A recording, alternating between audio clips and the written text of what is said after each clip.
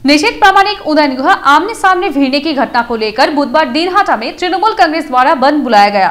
वहीं इस दिन भी तनाव का माहौल बन रहा। मंगलवार रात केंद्रीय गृह राज्य मंत्री तथा भाजपा उम्मीदवार निषेध प्रामाणिक के कन्वॉय पर हमले की घटना से तृणमूल कांग्रेस और भाजपा कार्यकर्ता आपस में भिड़ जाते हैं। साथ ही कार्यकर्ता को संभालने के चक्कर में निषेध प्रामाणिक और उदयनगृह दोनों भी आपस में भिड़ जाते हैं। मौके पर दिनहाटा थाने की पुलिस पहुंचकर परिस्थिति को स्वाभाविक करने का प्रयास करने पर भी काफी परेशानी का सामना करना पड़ता है।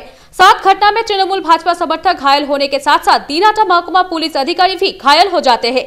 उनका सिर फूट जाता है, साथ साथ उन्हें अस्पताल ले जाया गया। वही रात में ही मौके पर जिला पुलिस अधीक्षक से लेकर जिला शासक पहुंचते हैं, जिसके बाद ही बुधवार तृणमूल कांग्रेस के द्वारा दिनहाटा बंद बुलाया गया।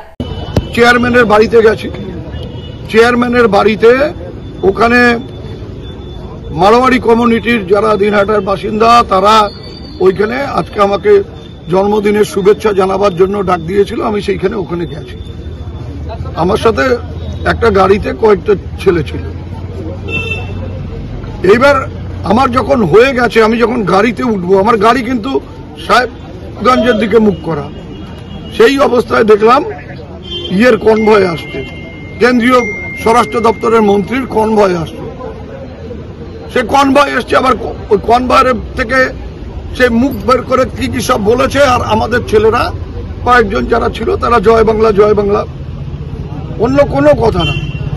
এইবার ওদের কনভয় এগিয়ে গেল, চৌপতি পেরিয়ে সেই কনভয় হঠাৎ করে দাঁড় করে আমার গাড়ি আমি ঘুরিয়ে নিয়ে যখন এইদিকে আসছি, তখন হঠাৎ দেখি গাড়ির থেকে দুজন মহিলা, তারপরে ওদের জেলা সভাপতি সহ কয়েকজন সব মোটা মোটা বাঁশ লাঠি নিয়ে যাকে পারছে পেটাতে শুরু করেছে। এমনকি ইনোসেন্ট পথচারী তাদেরও মারছে, থেকে তীর ছোড়া হচ্ছে, কাটা পাথর ছোড়া হচ্ছে এবং লাঠি নিয়ে আক্রমণ করছে। একবার তৈরি হয়ে বেরিয়েছে গোলমাল পাকাবার জন্য। जानकारी के अनुसार मंगलवार रात निषेध प्रामाणिक चुनाव प्रचार कर भेटागुड़ी अपने घर लौट रहे थे, तभी दिनहाटा चौराहा इलाके में तृणमूल कार्यकर्ता उदयनगृह का जन्मदिन पालन कर रहे थे। निषेध प्रामाणिक का कन्वॉय जब वहां से जाते हैं तो कन्वॉय पर हमला किया जाता है, पत्थर फेंका जाता है, जिसके बाद ही संघर्ष की घटना घटती है।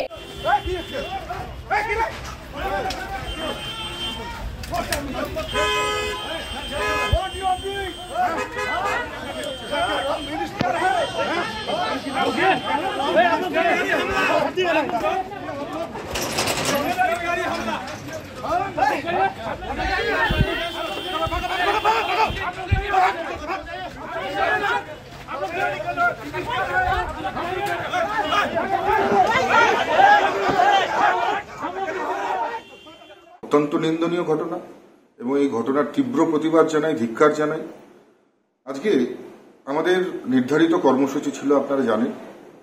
আমাদের নির্ধারিত কর্মসূচি অনুযায়ী আমরা বিভিন্ন জায়গায় আমরা জনসংযোগ কার্যক্রম করি এবং জনসংযোগ করে ফেরার পথে আমরা একটা প্রোগ্রামের পাশ দিয়ে আসছিলাম, যেখানে তৃণমূল কংগ্রেসের কিছু ছোট একটা কোনো কার্যক্রম বা প্রোগ্রাম হচ্ছিল।